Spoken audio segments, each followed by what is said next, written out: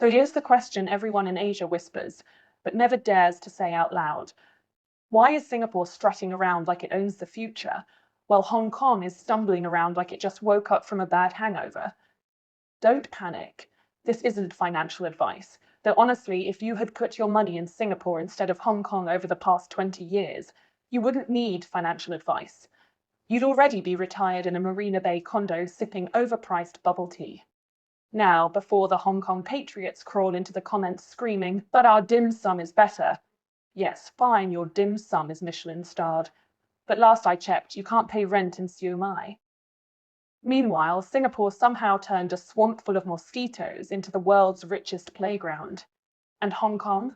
Well, it turned a once thriving free port into, basically, a tragic Netflix drama with too many censorship notes from Beijing. Stick around, because in this video, I'm going to break down why Singapore rose like a polished skyscraper, while Hong Kong sank like an abandoned tram on Nathan Road.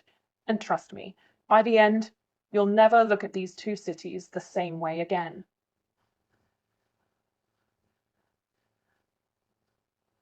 Singapore and Hong Kong once looked like siblings born in the same British colonial hospital. Both were ports. Both were tiny, sweaty dots on the map. Both were stuffed with immigrants who thought, well, at least the Brits know how to build a postal system. But then came the critical parenting decision. Singapore got Lee Kuan Yew. Strict, brilliant, occasionally terrifying, but effective. Hong Kong, meanwhile, got, let's just say, a series of British governors who treated it like their weekend golf resort until the handover, and then boom, a helicopter parent named Beijing moved in, and it hasn't stopped checking Hong Kong's homework ever since. Think about it. Singapore's leaders looked at a swamp and said, let's make this the Zurich of Asia, but with chili crab. Hong Kong's leaders looked at their financial empire and said, it runs itself. Let's not upset Beijing, or the property tycoons, or anyone with money, actually. That's like comparing a strict Asian tiger mom to a distracted uncle who spends all day at the horse races.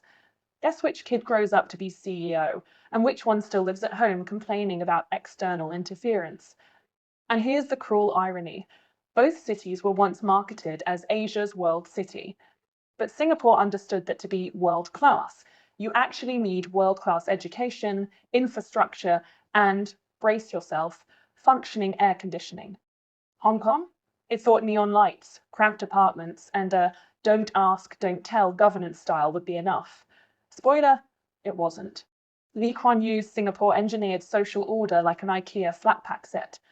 Everything had its place, even chewing gum. Hong Kong, meanwhile, trusted the invisible hand of the market, only to find out that hand belonged to Beijing. And it wasn't invisible at all. It was slapping everyone across the face. So from the start, the destinies of these colonial twins were split. One raised by a genius father figure, the other by a committee of absent-minded landlords and an overbearing step-parent. And let's be honest, that difference explains a lot.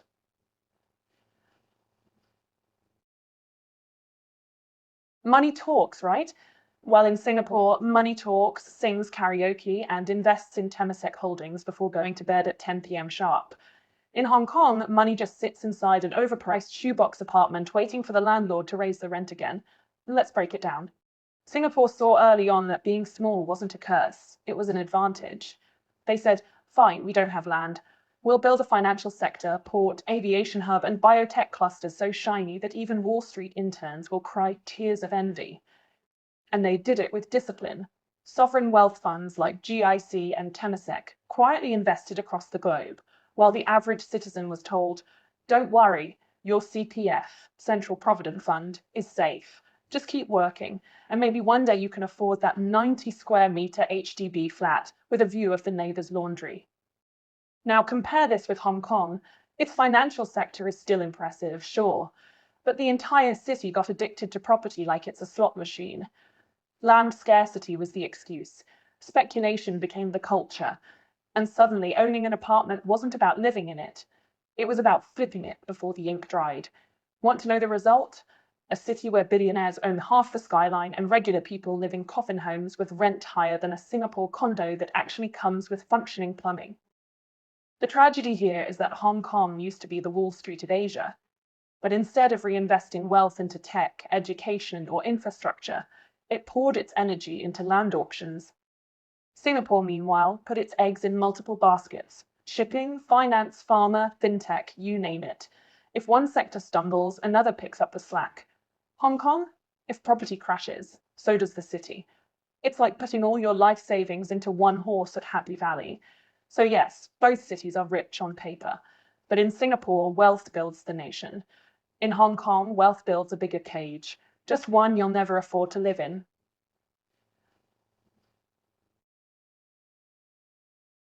Singapore runs like a Swiss watch. Not the fancy Rolex kind Hong Kong property tycoons hoard in their safes, but the kind of reliable Casio watch you could throw into the Marina Bay and still expect it to beep on time. Predictability is the Singapore brand. You know the MRT will arrive when it says it will. You know your tax rate before you even get your paycheck.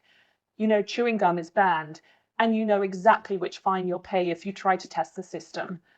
Like it or hate it, Singapore is a rulebook society, and shocker, investors love rulebooks. Hong Kong?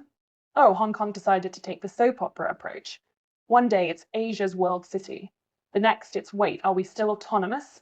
Then protests erupt, tear gas fills the streets, and suddenly financial analysts are whispering, maybe move the office to Singapore before the next plot twist. Imagine pitching long-term investment in a city where the 5-year plan changes depending on Beijing's mood swings. Investors don't want drama. They want a spreadsheet that balances. The best part, Hong Kong's leaders always act surprised. Why are companies leaving? They ask, while rolling out laws that look suspiciously like they were drafted overnight on WeChat. Meanwhile, Singapore just keeps calm, keeps quiet, and keeps collecting headquarters like Pokemon cards. Google, Meta, BlackRock, you name it. The irony is brutal. While Hong Kong protests for freedoms it's losing, Singapore quietly demonstrates that controlled order can actually create more freedom for businesses and, frankly, for ordinary people who don't want their commute interrupted by tear gas. So here's the punchline. Singapore's predictability may feel boring, but boring gets the job done. Hong Kong's chaos may feel exciting, but no one wants to bet their billions on a telenovela, and that's why the world's boardrooms are signing leases in Singapore, not Causeway Bay.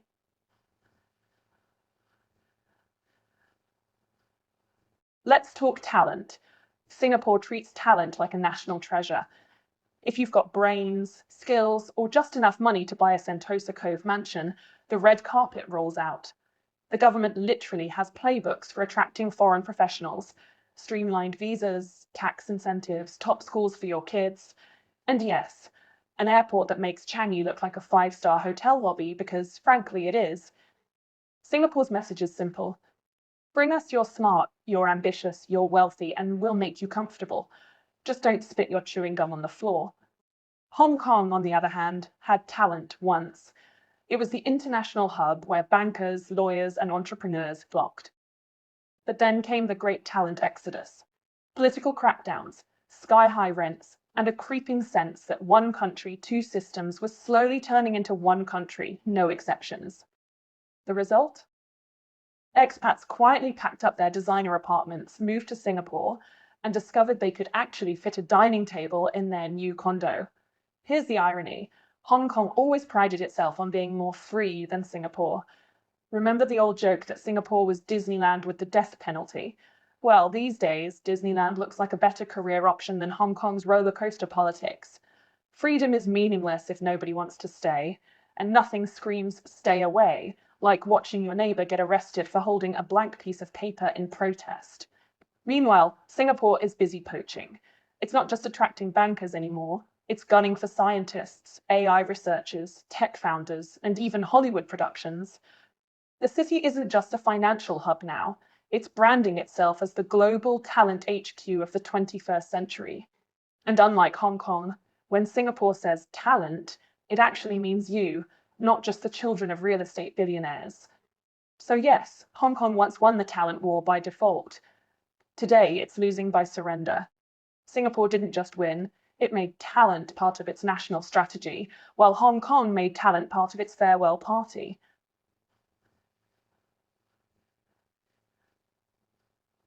Here's the funny thing about Singapore and Hong Kong.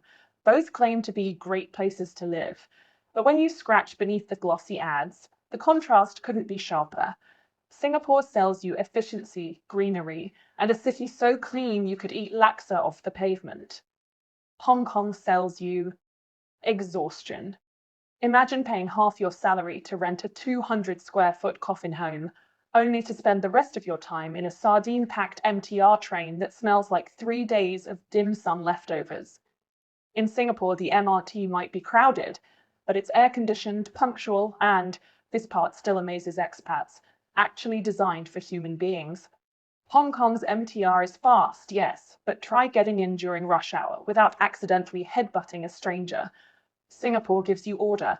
Hong Kong gives you chaos with a side order of existential crisis. And let's not forget public spaces. Singaporeans can escape to East Coast Park, Gardens by the Bay, or Sentosa for a breather. Hong Kongers?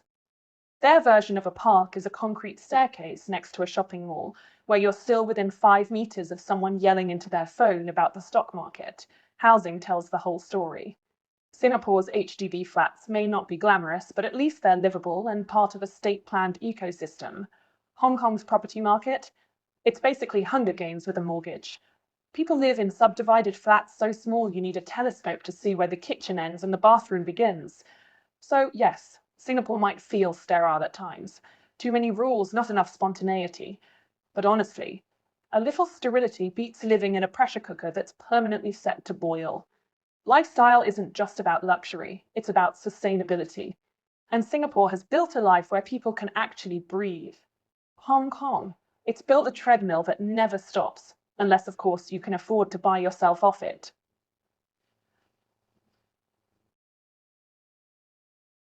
Let's stop pretending this is still a competition.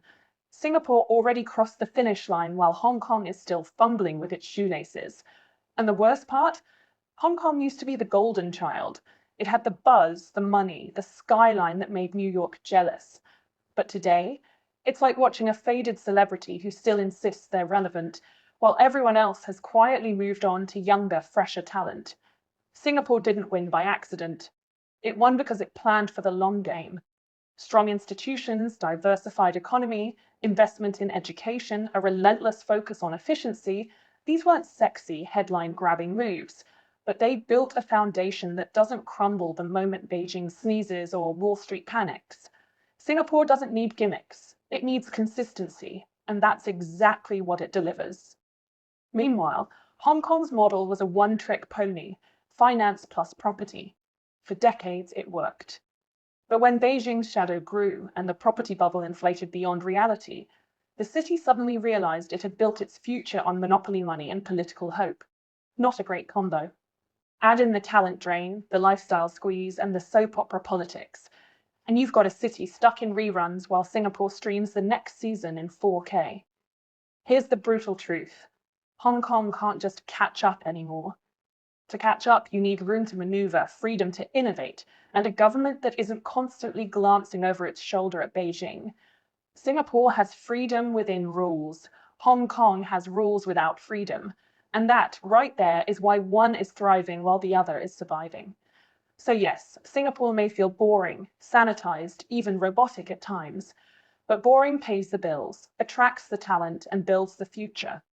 Hong Kong may still have better dim sum, but when the bill comes, Singapore is the one who can actually afford to pay it.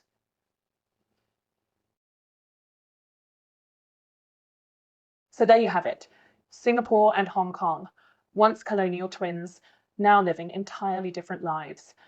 Singapore is the nerd who became a billionaire CEO, while Hong Kong is the once cool kid who peaked in high school and now spends weekends telling anyone who'll listen, I used to be Asia's world city, you know.